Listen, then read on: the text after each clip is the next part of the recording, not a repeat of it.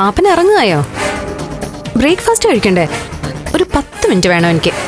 കുറച്ച് ദിവസത്തിന് ശേഷേ സുഖമായിട്ട് ഉറങ്ങി പാപ്പ.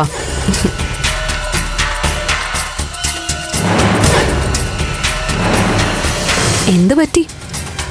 പാപ്പനാകെ ടെൻഷനിലാണല്ലോ. അത് ഒരു ന്യൂസ് ഉണ്ട്. എന്താ? MLA ദേവി വിളിച്ചായിരുന്നു. ആ,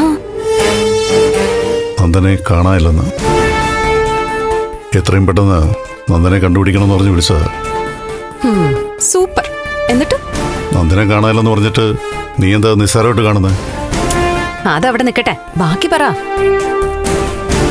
പാപ്പൻ ദേവിയോട് എന്ത് പറഞ്ഞു? എത്രയും പെട്ടെന്ന് തന്നെ എല്ലായിടത്തേക്കും മെസ്സേജ് കൊടുക്കാമെന്ന് പറഞ്ഞു. പാപ്പ മെസ്സേജ് ഒക്കെ കൊടുത്തോ? പക്ഷേ ആളെ കിട്ടില്ല. എന്താ? നന്ദനെ കിട്ടില്ലാന്ന്. നീ ഇത് എന്തൊക്കെയാ പറയുന്നത്?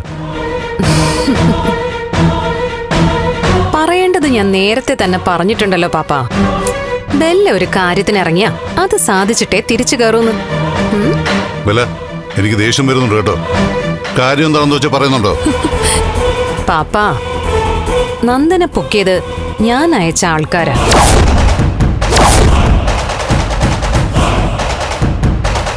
പാപ്പം പോലും എന്നെ നേരെ ചൊവ്വെ മനസ്സിലാക്കിയിട്ടില്ല അല്ലേ? ഞാൻ ഈ മത്സരത്തില് അവളെ തോൽപ്പിക്കണമെന്ന് ശപഥം ചെയ്താ ഇറങ്ങിയത്. അവളെ തോൽപ്പിക്കണമെങ്കിൽ നന്ദൻ എന്റെ കൂടെ വേണം. ഇപ്പൊ ഞാൻ നന്ദനെ ഇങ്ങോട്ട് കൊണ്ടുവന്നു. നീ എന്ത് ചെയ്തെന്നാ ഈ പറയുന്നേ? ചന്ദ്രോത്തേക്ക് ആൾക്കാരെ അയച്ചു, നന്ദനെ പൊക്കി. വളരെ സിമ്പിളായിട്ട് കാര്യങ്ങൾ നടന്നില്ലേ?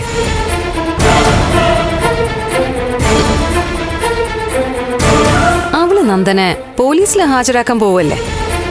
അങ്ങനെയല്ലേ അവളും അവളുടെ ജഡ്ജി ഏമാനും കൂടി തീരുമാനിച്ചിരിക്കുന്നത്. ഈ കേസിൽ കോടതിയും ജഡ്ജിയും എല്ലാം ഞാനാണ് പാപ്പ. കേസ് പഠിച്ച് ഞാൻ വിധിച്ചു, വിധി നടപ്പിലാക്കുകയും ചെയ്തു.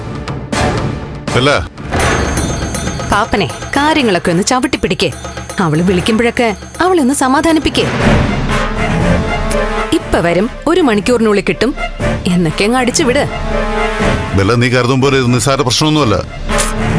നിസ്സാര പ്രശ്നങ്ങൾക്ക് ഞാൻ ഇടപെടില്ലല്ലോ. ഈ കേസ് ഹെവി ആയാലല്ലേ അതിലൊരു ത്രില്ലുള്ളൂ.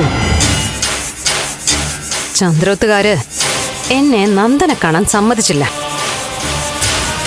ഇനി അവനെ ഒന്ന് കാണാൻ അവരെന്റെ കാല് പിടിക്കേണ്ടി വരും. ഞാനേ ബ്രേക്ക്ഫാസ്റ്റ് എടുത്തു വെക്കാം.